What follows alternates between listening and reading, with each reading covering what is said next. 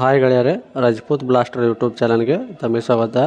ಈ ವಿಡಿಯೋದಲ್ಲಿ ಈ ಶ್ರಮ ಕಾರ್ಡ್ ಬಗ್ಗೆ ನಾನು ನಿಮಗೆ ಒಂದು ಗುಡ್ ನ್ಯೂಸ್ ಹೇಳ್ತಾ ಇದ್ದೀನಿ. ಇನ್ನು ಯಾರು ನಮ್ಮ ಚಾನಲನ್ನು ಸಬ್ಸ್ಕ್ರೈಬ್ ಮಾಡ್ಕೊಂಡಿಲ್ಲೋ ಪ್ಲೀಸ್ ಸಬ್ಸ್ಕ್ರೈಬ್ ಮಾಡ್ಕೊಳ್ಳಿ. ಹಾಗೆ ವಿಡಿಯೋ ಇಷ್ಟ ಆದರೆ ಲೈಕ್ ಕೊಡೋದನ್ನು ಮರಿಬೇಡಿ. ಬನ್ನಿ ಗೆಳೆಯರೆ, ವಿಡಿಯೋ ಸ್ಟಾರ್ಟ್ ಮಾಡೋಣ. ಏನಪ್ಪ ಅಂತಂದರೆ, ಕೇಂದ್ರ ಸರ್ಕಾರದಿಂದ ಈ ಶ್ರಮ ಕಾರ್ಡ್ ಮಾಡಿಸುವವರಿಗೆ ಒಂದು ಹೊಸ ಗುಡ್ ನ್ಯೂಸ್ ಕೊಟ್ಟಿದ್ದಾರೆ.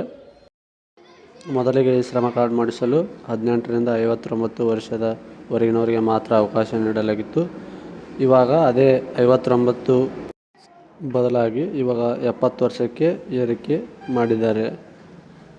ನೋಡಿ ಗೆಳೆಯರೆ, ಅಸಂಘಟಿತ ವಲಯದ ಕಾರ್ಮಿಕರಿಗೆ ರಾಜ್ಯ ಸರ್ಕಾರವು ಸಿಹಿ ಸುದ್ದಿ ನೀಡಿದ್ದು, ಈ ಶ್ರಮ ವಯೋಮಿತಿ 70 ವರ್ಷಕ್ಕೆ ಏರಿಕೆ ಮಾಡಲಾಗಿದೆ ಅಂತ ಬಂದಿದೆ.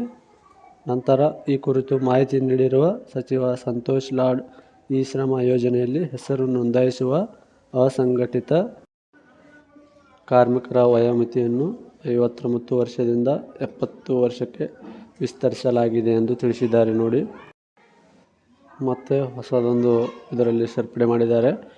ಸಾರಿಗೆ ವ್ಯಾಪ್ತಿಗೆ ಬರುವ ಆಟೋ ಚಾಲಕರು, ಟೈರ್ ಅಂಗಡಿಯವರು, ಮೆಕ್ಯಾನಿಕಲ್ ಗ್ಯಾರೇಜ್ ಸೇರಿದಂತೆ ಸುಮಾರು 40 ಲಕ್ಷ ಮಂದಿ ಅಸಂಘಟಿತ ಕಾರ್ಮಿಕರನ್ನು ಈ ಶ್ರಮ ಯೋಜನೆಯಡಿ ತರಲು ಚಿಂತಿಸಲಾಗಿದೆ ಎಂದು ಹೇಳಿದ್ದಾರೆ. ಈ ವಿಡಿಯೋ ಇಷ್ಟ ಆದರೆ ಲೈಕ್, ಶೇರ್ ಹಾಗೂ ಸಬ್ಸ್ಕ್ರೈಬ್ ಮಾಡೋದನ್ನು ಮರಿಬೇಡಿ. ಧನ್ಯವಾದಗಳು.